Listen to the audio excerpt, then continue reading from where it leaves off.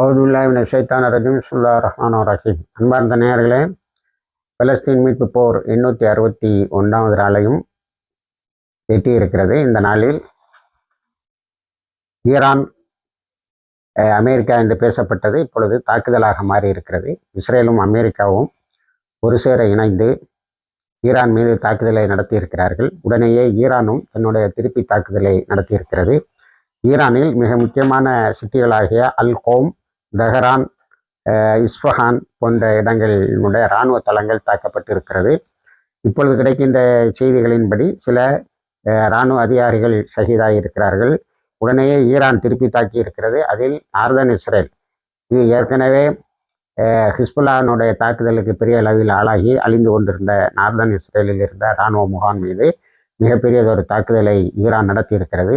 இஸ்ரேலுடைய பல நகரங்களில் சைரன்ஸ் என்று சொல்லக்கூடிய அபாய சங்கு ஊதப்பட்டிருக்கிறது. இஸ்ரேல் உடனேயே எல்லோரையும் பதுங்கு குழிகளுக்கு செல்லும்படியாகவும் ஹோம் கமாண்ட் என்று சொல்லக்கூடிய இஸ்ரேலுடைய பாதுகாப்பை, உள்நாட்டு பாதுகாப்பை பராமரிக்கிற ஹோம் கமாண்டு என்ன சொல்லுகிறது என்பதை கேட்டு அதன்படி நடந்து கொள்ளுங்கள் என்று சொல்லியிருக்கிறார்கள்.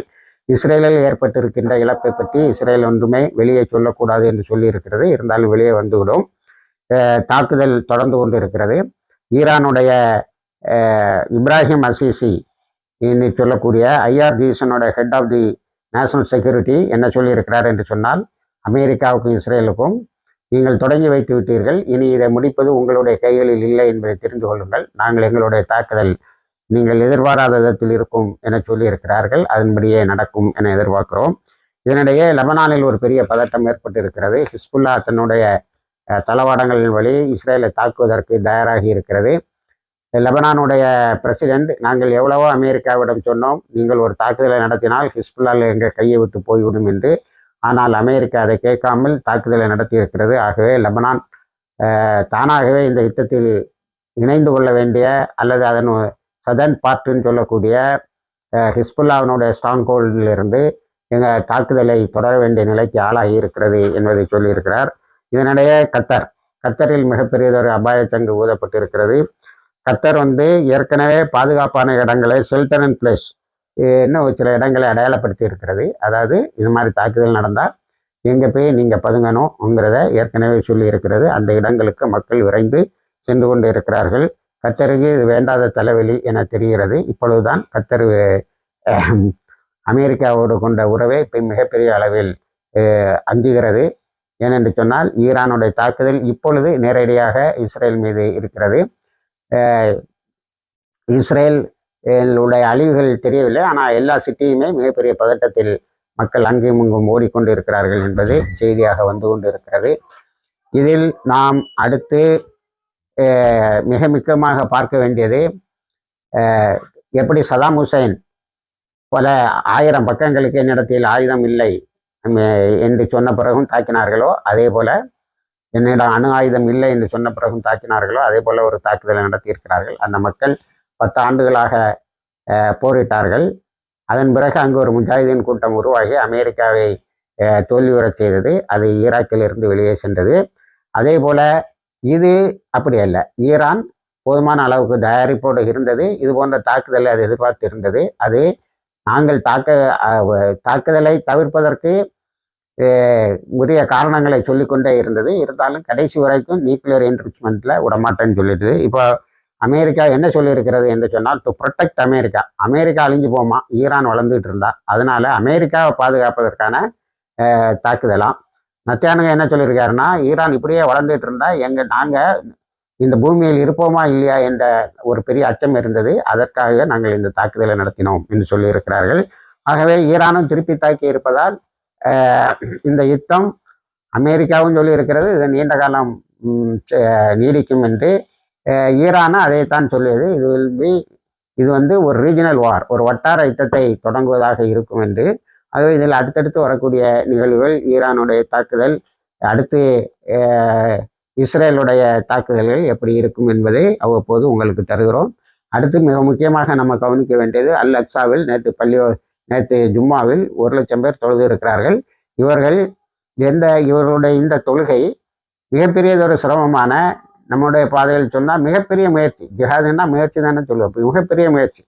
காலையில் ஃபஜ்ருக்கு முன்னாடியே, பிஃபோர் டான் என்று சொல்லுகிறார்கள், ஃபஜ்ருக்கு முன்னாடியே தொடங்கி ஜும்மாயை தொழுது விட்டு தராவி வரைக்கும் தொழுது விட்டு சென்று கொண்டு இருக்கிறார்கள். அந்த மக்களுடைய இந்த உறுதி எதை காட்டுகிறது என்று சொன்னால், நீ என்னதான் வெஸ்ட் பேங்கில் மேக்கரையில் பல்வேறு தகுடு திட்டங்களை காட்டினாலும், பல்வேறு அத்துமீறல்களை செய்தாலும், நாங்கள் எங்கள் மஸ்ஜிதை பாதுகாப்பதற்கு போதுமான ஆட்கள் என்று அவர்கள் சொல்லியிருக்கிறார்கள். அதே நேரத்தில் இந்த வாரத்தில் 42 தாக்குதலை மேக்கரையிலும் அல்குட்ஸ் பகுதியிலும் போராளிகள் நடத்தியிருக்கிறார்கள். இஸ்ரேலிய இராணுவத்தினர் பலர் அழிக்கப்பட்டு இருக்கிறார்கள். அதே போல மேக்கரையிலும் தாக்குதலை தொடர்ந்து நடத்தி இருக்கிறார்கள். அடுத்தது காசா பகுதியிலிருந்து MSF என்று சொல்ல டாக்டர்ஸ் வித்தவுட் பார்டர்ஸ், அதாவது உலகத்தில் மனிதம் இன்னும் செத்துவிடவில்லை என்பதை பறைசாற்றுகின்ற அளவில் பல டாக்டர்கள் அங்கே வந்து பணியாற்றி கொண்டிருந்தார்கள். அவர்களையெல்லாம் வெளியே போக வேண்டும் என்று சொல்லியிருந்தது. ஆனால் அந்த டாக்டர்கள் எங்களுக்கு என்ன வந்தாலும் நாங்கள் இந்த மக்களுக்கு சேவை செய்வதிலிருந்து பின்வாங்க மாட்டோம் என்று சொல்லியிருக்கிறார்கள்.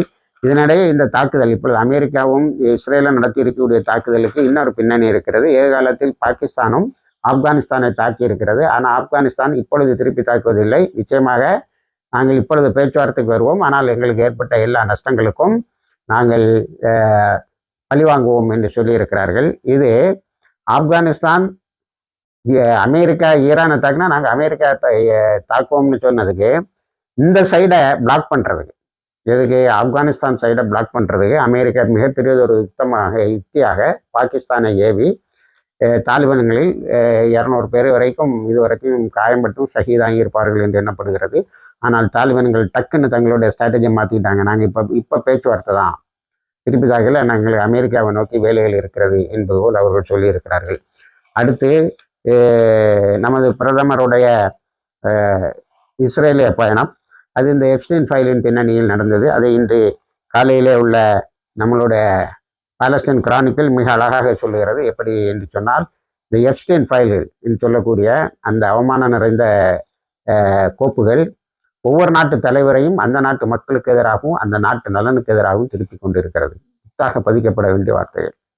வேறு வழி இல்லை, விட்டு கொடுத்து தான் ஆகணும். அமெரிக்கா எந்த வரியும் இல்லாமல் பொருட்களை இங்கே இறக்குமதி செய்யும். நாம் 18% இது கொடுக்கணும். அதில் பெரிய சாதனைன்னா அதை பேசணும். இப்போ February 15 மோடி எங்கள் நாட்டுக்கு வருவாருன்னு நத்தியானுக்கு அறிவிக்கிறாரு. இவர் கரெக்டாக போகிறாரு. அமெரிக்காவினுடைய அதிபர் ட்ரம்ப் ஒரு அறிவிப்பை செய்கிறார். அது என்னவென்று சொன்னால், I don't want to spoil his political career, அவருடைய அரசியல் வாழ்க்கையை நான் பாழாக்க விரும்பவில்லை என்று ஒரு பகிரங்கமான ஒரு அறிக்கையை விட்டிருக்கிறார். எல்லாம் இந்த எப்ஸ்டீன் ஃபைலுக்கு பின்னணியில் உள்ளது. இப்போ 30 லட்சம் பக்கங்கள் இருக்குங்கிறாங்க. இது போக போக வெளியே வரும். இவர்களுடைய முகத்திரையில் கிளியும் என்பதுதான் அதில் நாம் பார்க்க வேண்டிய மிக முக்கியமான இது. இந்த தாக்குதலுக்கு முன்னாடி அமெரிக்கா பஹ்ரைனில் இருந்த தன்னுடைய இராணுவ தளத்தை கப்பல் தளத்தை அந்த பக்கத்தில் இருந்து திருப்பி விட்டது. இருந்தாலும் ஈரான் பஹ்ரைனில் மீதி இருக்கக்கூடிய தளங்களை தாக்குவோம், கப்பல்களை தாக்குவோம் என்று அறிவித்திருக்கிறது. இந்த பஹ்ரைன் இப்போதான் பதட்டப்படுது. கப்பல் எல்லாம் போயிட்டு தான் இனிமேண்டா எங்களை அடிக்கிறீங்கன்னு. இப்பொழுது பஹ்ரைனும் உணர்கிறது, நாம் அமெரிக்காவுக்கு இடம் கொடுத்தால் ஈரானுடைய தாக்குதலுக்கு ஆளாக வேண்டியது வரும். ஏன்னா இந்த ரோக் ஸ்டேட்டுன்னு தான் சொல்லுவாங்க அமெரிக்காவை. இந்த ரவுடிகள், இந்த தாக்குதல் நடத்திய பழக்கப்பட்ட இவர்கள் எந்த நயவஞ்சகத்தனமான வேலைகளையும் செய்வார்கள். அதனால் தன்னுடைய நண்பர்களுக்கு வரக்கூடிய இழப்புகளை பற்றி கவலைப்பட மாட்டார்கள். நாம் இப்போ அவனுக்கு பேஸ் கொடுத்தது மிகப்பெரிய தவறாக, ஒரு தளம் கொடுத்தது மிகப்பெரிய தவறாக போய்விட்டது என்று சொல்லுகிறார்கள். இது சேட்டலைட் இமேஜில் இருந்து தான் எடுத்திருக்காங்க. பஹ்ரைனில் இருந்த எல்லா கப்பலும் அமெரிக்க போர்க்கப்பல்கள் பின்வாங்கப்படுகின்றன. தப்பித்தான் புழைச்சோம்னு ஓடுறாங்கன்னு தான் நம்ம சொல்லணும். ஆக இந்த தொடங்கப்பட்டிருக்கின்ற போர் பல்வேறு வடிவங்களை எடுக்கும். இதனிடையே கத்தரும் பிரிட்டிஷ் எம்பசி தங்களுடைய கத்தரில் இருக்கக்கூடிய தங்களுடைய தூதரகத்து மக்களுக்கு நீங்கள் உடனேயே அங்கிருந்து வெளியேறிவிட வேண்டும் என்று சொல்லியிருக்கிறார்கள். எங்கே போவாங்க? சேஃப் பிளேஸுங்கிறாங்க. கத்தர் மக்களுக்கு ஷெல்டர் அண்ட் பிளேஸ், அதாவது ஏற்கனவே உருவாக்கப்பட்ட இந்த பாதுகாப்பு இடங்கள் இருக்கிறது, அங்கே ஓடி விடுங்கள். அமெரிக்காவுக்கும் ஈரானுக்கும் சண்டை அந்த இஸ்ரேலும் அமெரிக்கா வர்சஸ் ஈரான்னு வரும்போது, நீ எதுக்கு துண்டை காணோம் துணியை காணோம்னு மக்கள் எல்லாம் ஓடுன்னு சொல்ல வேண்டியது இருக்குது. எதுக்கு இந்த தளங்களை எல்லாம் அங்கே வைப்பான்? இந்த சிந்தனை நிச்சயமாக அவர்களுடைய நெஞ்சிலே வரும். இனி அமெரிக்கா அங்கே தலைமட்ட நாடாக இருக்கும். போர் பல்வேறு வடிவங்களை எடுக்கும். இணைந்திருங்கள். தகவல்களை தருகிறோம். ஆகிறதவான அல்ஹம்துலில்லாஹி ரப்பில் ஆலமீன்.